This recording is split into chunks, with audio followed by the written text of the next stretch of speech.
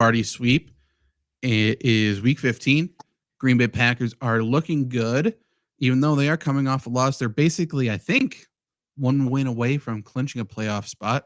So, especially this week, Packers play Sunday Night Football over in Seattle in what has turned into a rivalry ever since the makeup refs. Yeah, probably. Like ever since that missed call in the end zone. I feel like this has been a rivalry. We've played pretty much every other year, it seems like. Then you got that NFC Championship. You got the super cold playoff game, I believe that was against Seattle. There's a lot of big moments. Jimmy Graham game, you're right. A lot of big moments between these two franchises that are on very different parts of the country. No Pete Carroll, no Russell Wilson, very different Seahawks team. No Aaron Rodgers for the Packers, obviously. So the rivalry may not feel very strong amongst these two teams, but for the fan bases, I feel like it's still there. It always feels good to beat Seattle. Yeah. We're not over it whatsoever. No. More so the NFC Championship than the ref situation. The replacement refs. I can't even remember what it was called. The inaccurate reception, is that what they called it? Fail Mary, right? Fail Mary. I'll say it till I die. Like, as a sports, like, every fan says right that their team, you get so much heartbreak. Wisconsin fans will say it all the time, and rightfully so. I mean, as a Packer, Buck, Brewer, Badger, Marquette, whatever fan you want to say, that has to be the worst loss, at least in my 26 years in life, was that NFC Championship. Man, so many things. Many things went wrong at the end. They were up what, 17-0 with 5 minutes left in the game. Yeah, obviously we all remember and hate and loathe Brandon Bostic, but I think it was AJ Hawk on that. Was it a fake field goal or was it just a 2-point conversion? I don't remember. Fake field goal for a touchdown. Morgan Burnett had an opportunity to run an interception back into Seattle territory, and bless his heart, I love him to death. Julius Peppers told him to go down. There's like, you stop Seattle once, you tackle, I know it's hard, but you tackle Marshawn Lynch on a third down, that game's over. It's tough. Yeah, not great. Certainly remember it. Goes down as just as painful, I feel like, as Wisconsin basketball versus Duke. That one hurts worse for me, to be honest. We didn't even lose the game. We just fucking refs. Okay. Big Ten to ACC, 2 different halves is crazy. Yes. But we are coming off of a loss to Detroit. I suppose not fully surprising. Detroit's been arguably the best team in the NFL this year. Packers played them tough. Once again, I do think the score was closer than what the game actually was because of that fourth down on like their own 30 that Detroit went for, and the Packers were able to get the ball in an extremely short field to get back into the game. I think Detroit dominated the game, but the Packers, once again, it's a tale of two halves, if we want to go by that old cliche. I mean, it was game 2, right, where it feels like, the first, I'll say 10 weeks of the season, maybe not first 10, but 10 weeks in general, like the defense and kind of special teams have been carrying to the Packers. Like, that game was all offense for the Packers. It was, but it was also 2 very, very different halves for Jordan Love. Whether you love Jordan Love or hate Jordan Love, there's no doubting that Jordan Love was terrible in the first half and pretty darn good in the second half. Yeah. Like, you just got to string it together. You got to hit the layups. And that pass to Tucker Kraft was disturbingly reminiscent of a throwing net video his rookie year in practice. Like, just got to hit the layups. You got to make the easy plays. And that's sort of what's, stopping Jordan Love from being, I'll say, average to above average. You know what I mean? You just got to hit the layups. That's what the great quarterbacks do. Yep. Yeah, it was a tough loss. Like, I've said it on this show 12 trillion times, I fucking hate Detroit. I love Dan Campbell. I love Jared Goff. I love Dave Montgomery. I hate Detroit. So it sucks for a loss. Although I think they lost. I don't necessarily know that it hurts them horribly in the playoff contention, right? We knew Detroit was going to win the division. We knew the Packers were going to get a wild card. It kind of sucks that the Vikings keep winning. But it kind of feels like the Packers' playoff chances went down from like 99 to 96%. Like, all that really matters, the Packers win 1 out of the last 4 here. So it just kind of a self booster. It sucks to see that loss when they were so close. And shout out Dan Campbell with the big balls, going for it on 4th down. not letting Jordan Love and Matt LaFleur touch the ball again. Does that pay off 50% of the time? Maybe not, but in this game, like those are the plays you have to do. I mean, it's a classic situation where if one team, one person, one whatever is playing very aggressive and the other's playing very passive, the aggressive is going to win. Yeah. Like if I'm trying to make a tackle, I'm standing with my heels on the ground and David Montgomery is running straight at me full bore. It's going to be very tough for me to make that tackle. He's just going to hit me. And that's kind of the difference. Like that's why Detroit keeps winning these games, is because they're playing hyper aggressive. It's the regular season. Teams aren't playing as aggressive. And then it's going to get to the postseason. And most likely they're going to run into somebody who's going to be just as aggressive coming in. And that's when the mistakes get magnified a little bit. And it's going to be harder to make those 50-50 plays. And that'll ultimately be Detroit's demise probably, but we shall see. If we play them in the playoffs, I will say, very tough to beat a team 3 times. Yep. So we'll say it again during that week if it happens. But otherwise, in terms of what the Packers saw on offense, what the Lions did on defense, no Romeo Doubs in that game, I think was a killer for the Packers. Packers receivers notably horrendous against man coverage this year, other than Romeo Doubs. Lions were able to blitz and play man coverage. Nobody got open. And the Packers offensive line really suffered. They couldn't pick up the blitzes, and Jordan Love was very rattled with the extra pressure. That interior of the offensive line, most notably Josh Myers, Packers fans are hating a lot right now. I think he didn't have a good game at all. Wasn't really set up for success, I think, either. He has to get a little bit of help from his guards and stuff like that as well. But when the Lions are sending extra people, you got to get the ball out. And again, part of that's Jordan Love, part of that's scheme. All of it, you got to call blitz beaters, and you got to know where the blitz beater is. So a lot of things on tape that the Packers can fix. I think this is a good loss for all intents and purposes. Agree with that. And I think Matt LaFleur has been coaching, well this year, given the circumstances of, who they're playing and who they're going up against. This is probably his worst coach game. Like, to your point, you need blitz beaters. There's no reason that Jaden Reed has 0 receptions. He's the perfect guy to hit bubble screens, to hit screens, to hit short slants, to hit anything like that. Just give him the ball and let him run. I think that's a misstep. And I think Matt LaFleur alluded to that in a press conference. He said we need to get Jaden Reed more involved, which fine, whatever, It sucks that Darius Smith came up with a sack. But I think this might have been Christian Watson's best game as a Packer in his career. I think that's fair. The fumble was certainly a bad moment, but overall, playing with attitude, made some plays downfield. So yeah, I think that's fair. He needs to be more consistent, just play. For sure. Needs to just do his assignment. And we see Daniel. What's up? Now, we read it. Please read, I will subscribe. Now you got to subscribe. Do your end of the bargain here. If anyone has any other questions or comments or score predictions for the Packers-Seahawks game, definitely drop them in the chat.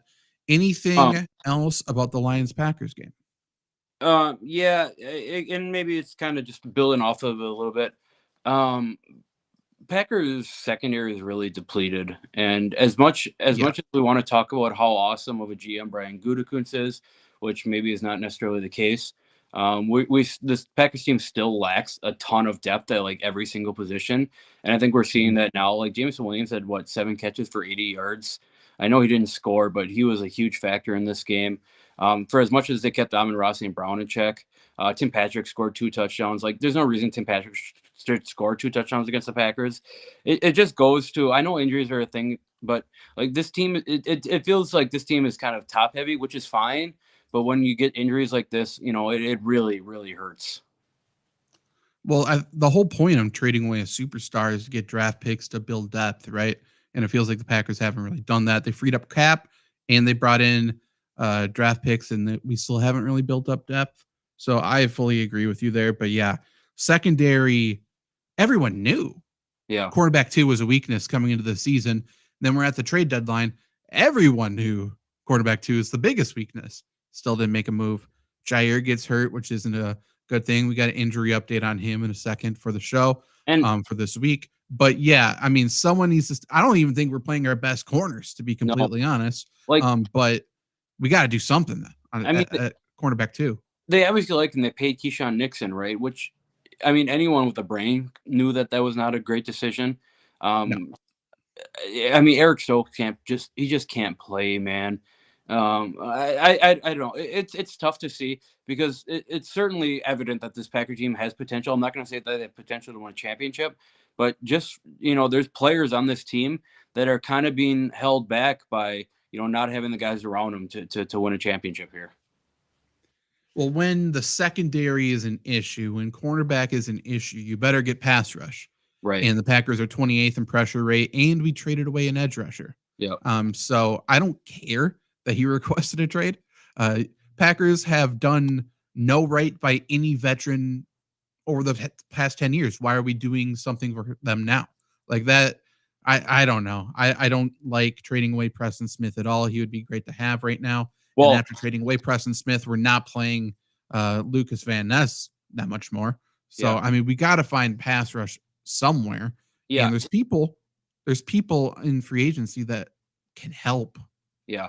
It's hard to say, I mean, you're talking about the bushels, right? With a 10-4 team, you're just finding nitpicks here, whatever. But what this defense could really use right now is a Preston Smith and a Rasul Douglas.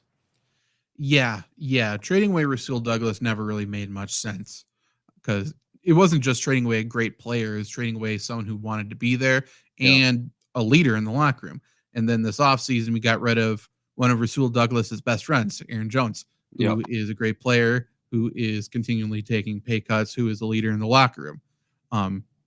At some point, it catches up to you, and it kind of catches up to you in big games. And the Packers are now 0-4 against NFC teams ahead of them. So at some point, it's great that the Packers are beating the teams that they're supposed to beat. That's something we haven't done in the past on a consistent basis. Got to beat the teams that are going to be there in the playoffs, though, too. Yep. That's why this is a very big week. I don't think the Seahawks are in the same conversation as the Eagles, the Lions, the Vikings, but they're a playoff team. They're a team Packers can certainly run into in the playoffs, and we need to take this first one. It's hard to beat a team twice, but you got to beat the team the first time for sure. You got to beat Seattle on Sunday Night Football. We can't have 2 losses in a row to 2 playoff teams in the NFC. This is a big week against a very, very winnable and beatable opponent, I think. Yep, agreed. So, with that being said, Week 15 injury report, let's jump into that. Unlike the past couple of weeks, we have a Sunday game, so we have less information this week. But the only DNP listed for the Packers injury report is Javon Bullard, rookie safety / nickel. He is out with an ankle injury. That's a very big deal if he doesn't end up playing. Speaking of Keyshawn Nixon, he would be the one playing a little bit more in the slot, which is not a great thing, especially with Jackson Smith and Jigba on the other side. However, very big news is that Jair Alexander, not only did he practice, he was a full participant and looks fully good to go, assuming there isn't a setback, which is a very, very, very big deal, obviously, right? Yep, huge. Other injury news limited today, and again, I expect all of these guys to go, I would assume. Other than one. I'll say one is very much limited, but Corey Ballantyne, knee, should be fine. Edgerrin Cooper, limited with a hamstring, certainly trending in the right direction. Travis Glover, tackle, glad he is there. Don't know him. Isaiah McDuffie, ankle. Josh Myers was full participant, unfortunately. Evan Williams, concussed, but I think he's trending on the way out. And then Lucas Musgrave, is coming off of IR, but he practiced on a limited basis. He's the one where I think certainly 50-50 if he goes. I don't think they're really going to be rushing him. No, they don't need to. No. Romeo Dobbs listed as a full participant. Matt LaFleur says he's still in the protocol, but certainly seems like on his way out of the protocol. So he should be back. He's the man beater, football purposes. And he should be, that's a very big player to get back on the team. He's a good blocker as well. So injury report positive, I would say, for the Packers. Most positive Week 15 injury report we probably had in years. Yeah. I mean, right. The obvious number one there is Jair Alexander. He hasn't played in for long here. I said it before, but I'll say it again. Like, I don't think it's fair that Packer fans are getting pissed off at him for being injured. Like, when you play at an all pro level for so many years, you're bound to get injured. Just that's you're playing hard, you're playing well. Like, let's give this guy some slack here. Edgerrin Cooper, it'd be nice to have him back, right? Anyone to come fill a run. We know Seattle needs to run the ball in order for this offense to work. So yeah, and then you get Romeo Dobbs back. Like, I think Pack in terms, like you said, the injury report sucks. Javon Bullard's out, but you get Edgerrin Cooper back. It kind of fills that void a little bit, right? You bring that guy. You bring one more guy in the box. It helps to stop a run. So I think the Packers, like you said, maybe the first time on week 15 that we've done the show that it's somewhat of a positive injury report. And I think Evan Williams is trending towards playing. I will say if Williams and Bullard are out, that next safety up, that's not great, especially for this matchup. Shout out Zane Anderson. Yes. Shout out him. Hopefully he plays well. Manning says he made a video of us. Definitely share it with us. If it's on YouTube, link it. Otherwise, send it on Twitter. Let me know. Let me know what it is. Seahawks injury report quickly. Lot of players didn't practice today. A lot of them being rest. But here are all the players who did not practice. Here are the players who didn't practice, and it's because of an injury. Let's start there. Kenneth Walker with a calf, certainly trending towards not playing, I think. Trey Brown, who's a cornerback with a hamstring injury, and Jarek Reed, a safety with a quad injury, didn't practice. And then these next several didn't practice just because of rest. That's Leonard Williams, Ernest Jones, Laken Tomlinson, a guard, Tyler Lockett, receiver, Jaron Reed, D-tackle, former Packer, and Boye Mafe, linebacker. They didn't practice. Then limited, Bradley Russell, tight end, and their punter, Michael Dixon. So for the most part, I think Seattle's going to be good to go other than Kenneth Walker, which is a big deal. He's a very electric runner.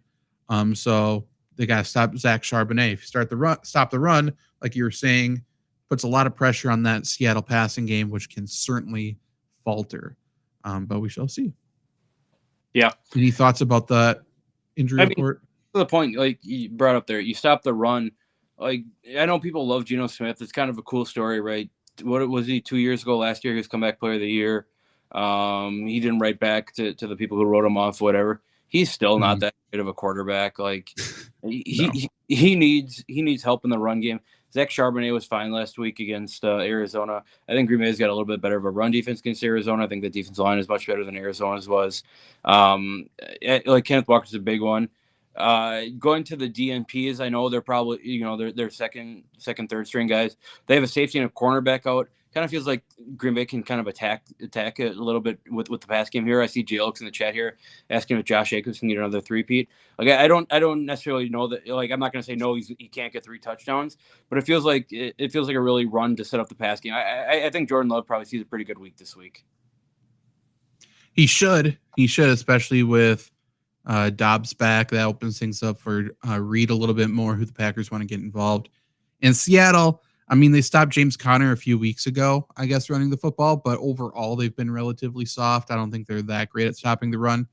I don't think it's going to be a three-peat, but I think he gets in the end zone. I think he has I think he pushes for 100 yards. Packers need to run the ball a ton, and they do not want Seattle's offense on the field. No. For multiple reasons. Seattle's offense is good. Packers defense very much struggling, very much hurting in the secondary. And Seattle is going to expose that to the best of their ability, obviously. I should have said the line coming in. Packers on the road, but they are favored by 2.5 points. It is a 46.5 over/under. So pretty standard number for the Packers this year, I feel like. We've got a lot of 46s, 47s. Yeah, they are... So 24, 22, 25, 22 game Green Bay. Yeah. I'm trying to see. Man, and keep talking. I'm going to go to our stream. I'm going to figure out what video you're doing. Maybe we'll show it on air and put the pressure on. Let's see how bad it is. You know what I mean? See if it's disparaging to us. But let's see here. It's a game too, and I guess if we're getting into the game here, like right, Seattle's kind of fighting for the playoff playoff life, like we talked about off the jump here. Like this is not going to be an easy game for Green Bay. Sunday night, Green Bay's got to travel two time zones away. Green Bay's had a little bit of success in Seattle, but as we brought up to start the show, that NFC Championship, I know it's a whole different team, but Green Bay doesn't travel west very well. I think this is going to be a really tough game for Green Bay, even though I think, as I've been all season long, I've been going with who the better team is. I think Green Bay is the better team than Seattle. I think it's a really, really, really tough game for them this week.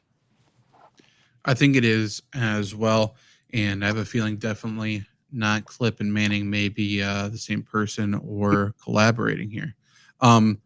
I am not able to click on your name though, so if you can copy the link and just paste it here, I can copy and paste into the broadcast or into the URL here.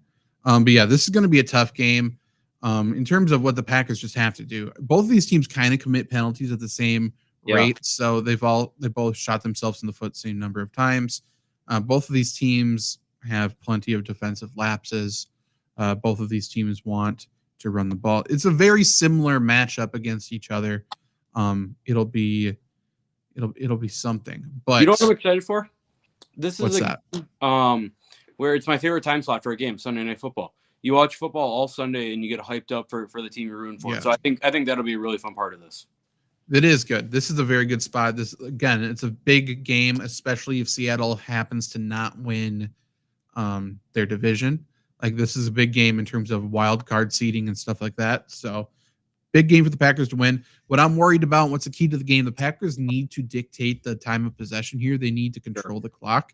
Seattle this year has been very good at going up tempo and just getting to the line of scrimmage and figuring out the plays like that. With a team like the Packers, who is really struggling to get pressure on the quarterback, usually you go fast just to make sure to tire people out and to not get pressure on. If they're already not getting pressure on the quarterback, I think the Packers could be ultimately fucked. You know what I mean? Like you have to get pressure on the quarterback. You got to get off the field because if Geno gets in the rhythm of just moving the chains and then taking a deep shot and just controlling the clock, I think Packers are screwed. But if the Packers can get off the field and then go on that 8-minute drive, that's how you beat Seattle. That's how teams have beaten Seattle this year. And that's going to be make this a boring game. Yeah. I'm excited to watch them on Sunday Night Football as well. Make this as boring as possible. Yeah. If it's an up-tempo, high-scoring game,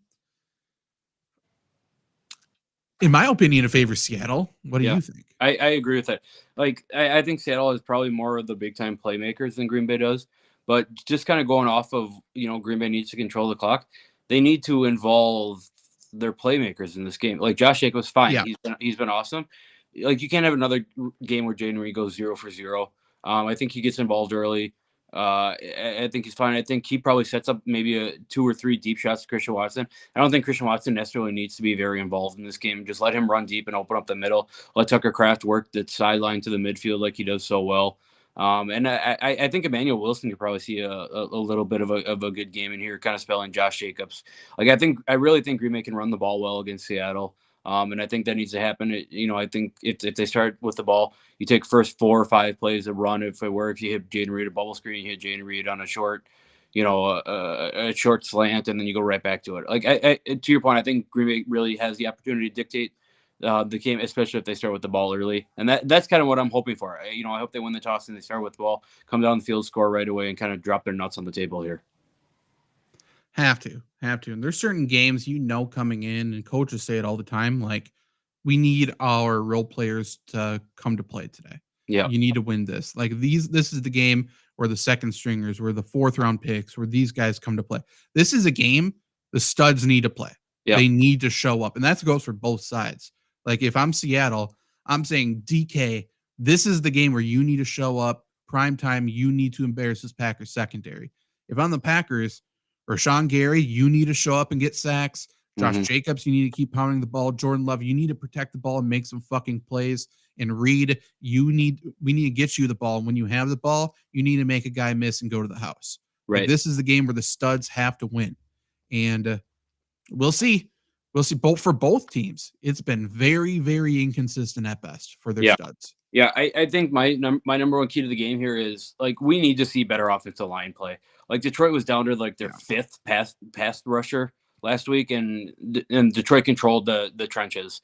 Like Green Bay needs to control the trenches, run the ball immediately. We can't have Zach Tom, going 1-on-1 and just getting absolutely annihilated. We can't have Josh Myers being beat off the ball when he snaps the ball. It has to be a good game from Green Bay's offensive line. That's what I'm most excited to watch this week. That's the thing. In terms of Packers offensive line, what really hurt them the most, I'm not sure why no one's talking about this. You know how loud it was in Detroit last week? Yeah. Like that was insane. And when that happens, that's hard for the offensive line because they're listening to the cadence to get off the ball, right? Whereas the defensive guys, they're just staring at the ball. They move when the ball moves, and the offense has to wait for a different cue. So that's why all of a sudden, that's why you want to be loud when your team's on defense on third down, so those pass rushers get that jump. Detroit had the jump the entire game, and we know it's going to be loud in Seattle. That's what I'm saying. We're talking prime time in Seattle. It has not been Seattle though, but this is against Green Bay. They're leading the division. Prime time seems like this is when they show up. If the fans show up, that's going to be tough. If they don't show up, I mean, hey, we'll see. Well, and that's what I'm so worried for. And I know it's still 5 weeks away, but I do not want to see Seattle in the playoffs as a 4-6 seed, or a 3-6 matchup going to Seattle. I think that would be the worst possible outcome for Green Bay in this. Yeah. I don't want that whatsoever. We need to keep the Packers in Central and Eastern time zones as much as possible, I think. 12th man. I'm not calling them the 12th man. They retire. They can't retire. We can't let them get away with them retiring the number 12. No. So stupid. So dumb. They steal it. They steal the tradition, and then they make it their identity. And then they give it up as soon as Russell Wilson's out of town, as if he's the one who saved the franchise. It's not. It's Pete Carroll and Marshawn. And like one of the best defenses of all time. But that's fine. Yeah. Give Cam Chancellor his fucking flowers here. Right. What are we doing? I mean, he went out of the league like in horrible fashion, but Earl Thomas was a dog at Seattle. Yes. Earl. Yeah. I mean, Richard Sherman too, to be fair.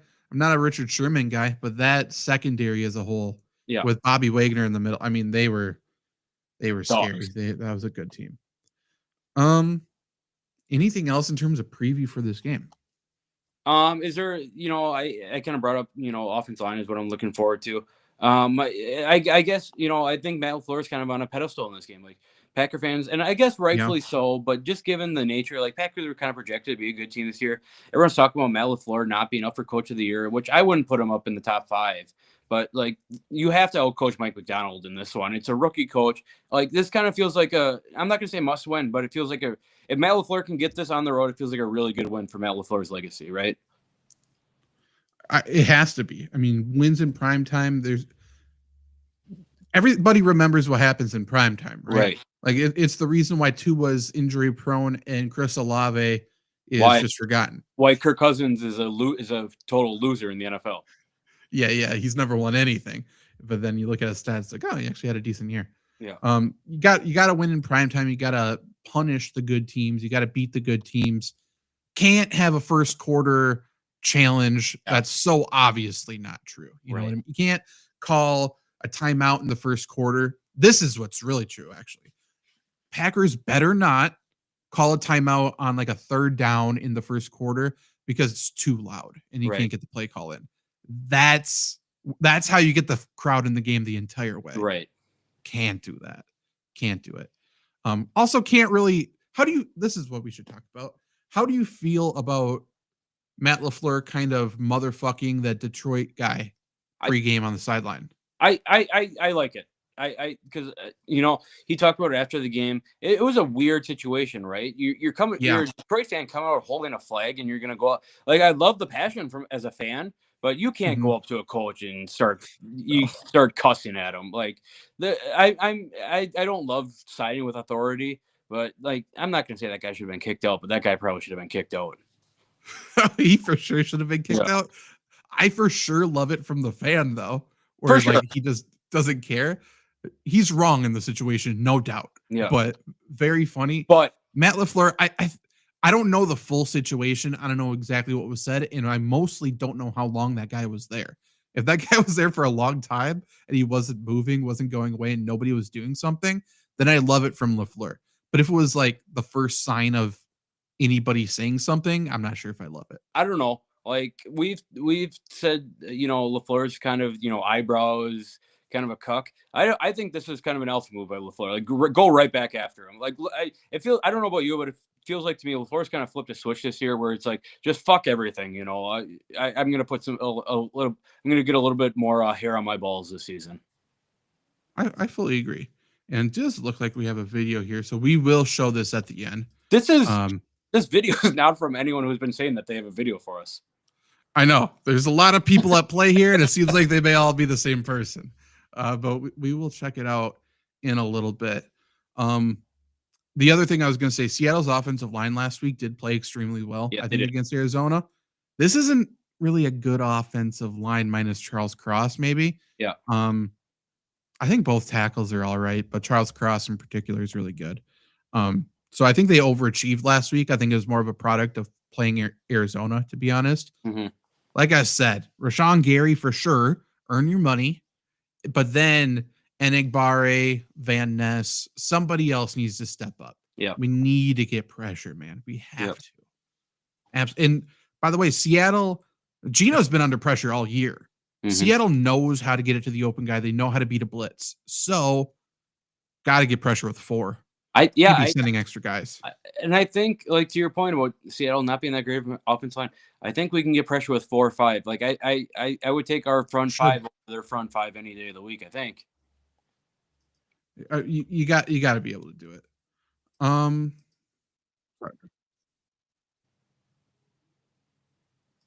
Okay, we're actually not going to watch that video. I got a little bit of the audio. We're actually not going to. I love what you're doing. Good hustle. Not gonna watch the video. I didn't have audio the first time I looked through the video.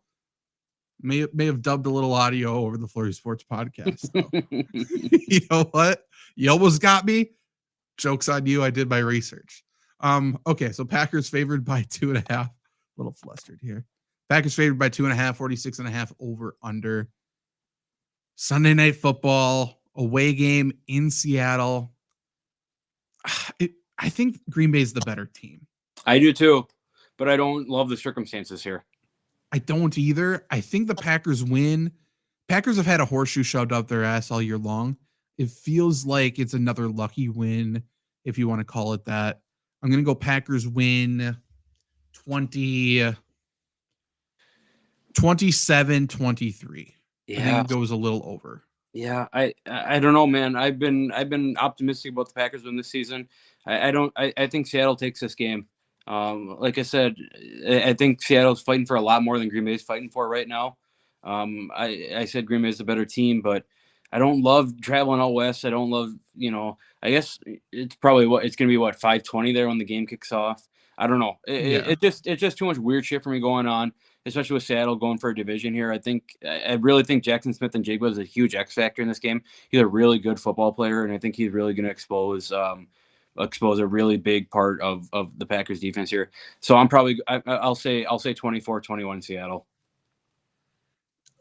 Looking at the weather quickly, it looks like around 45 there's a chance of rain and not much wind. So I don't think it's really going to play a factor for this one. I know there's some weird weather going on this weekend, but not necessarily in Seattle for Sunday Night Football. But yeah, I do think it's going to be, I think it's going to be a close game. It's going to be whoever. It's so cliche, but like whoever makes the fewest mistakes is winning this game. For sure. It almost feels like a playoff game in the regular season. It is. Yeah.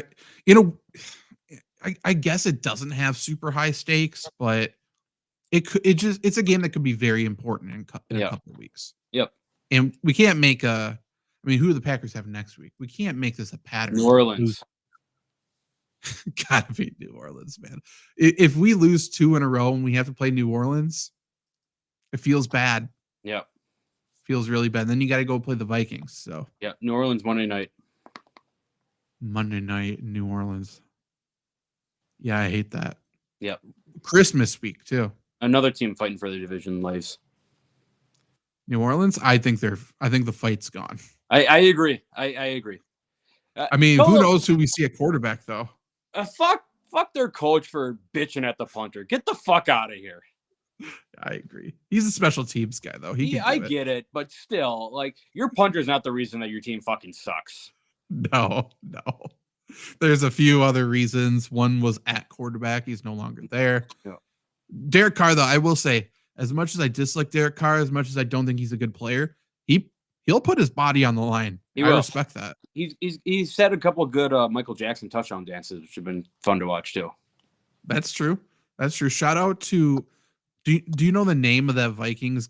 I think D-back who has all the great Cam Bynum celebrations. Is it Bynum? I mean, they broke out the white chick celebration this past week. Shit. I hate the Vikings, but I love a good touchdown celebration, man.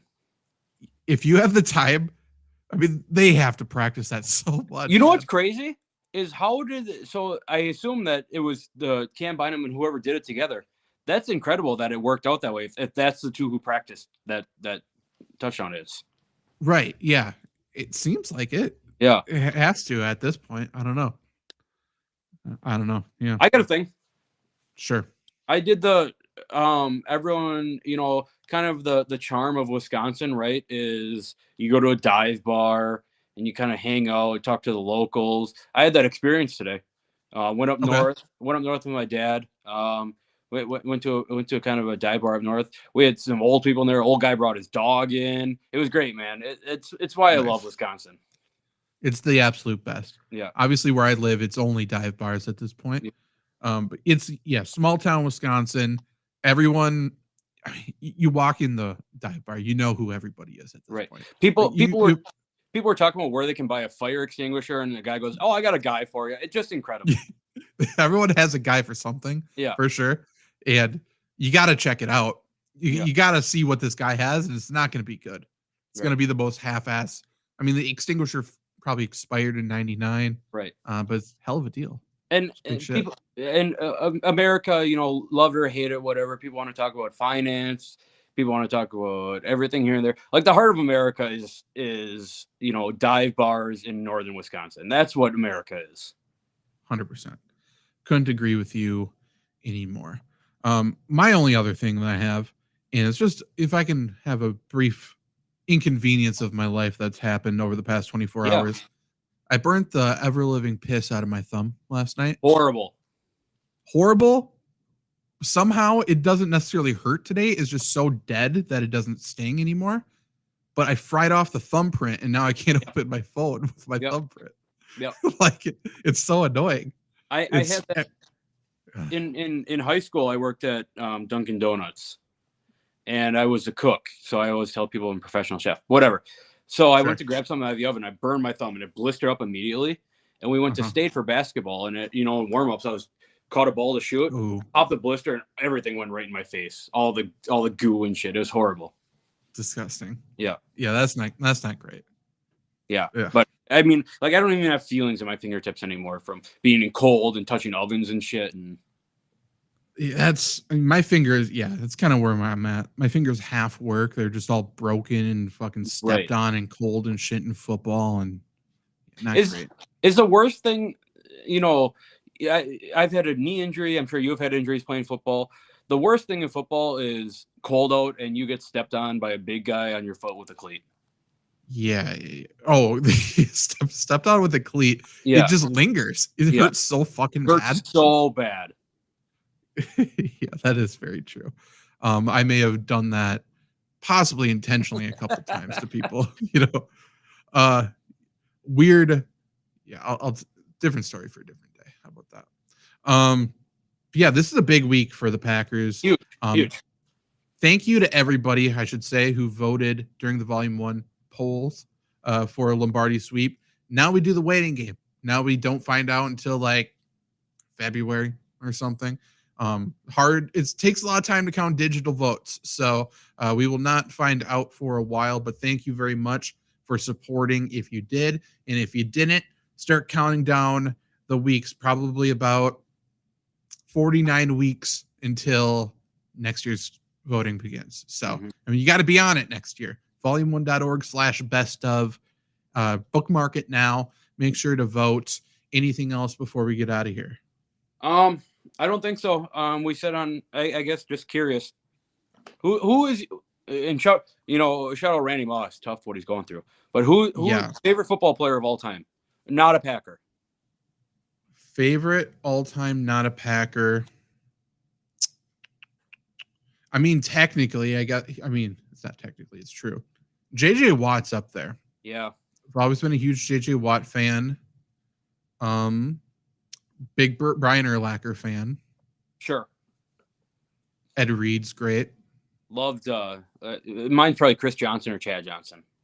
Chad Johnson, if you're too young who didn't get to experience like peak incredible Chad Johnson or peak Chris Johnson, who was the name that initially popped into my head when you said it, that era of NFL football was something else. That era of sports was something else. It's just different. NBA was incredible. I've always said, I'll die to my grave saying that, like, 2003 to 2009, or probably 2003 2013 was the best NBA basketball of all time.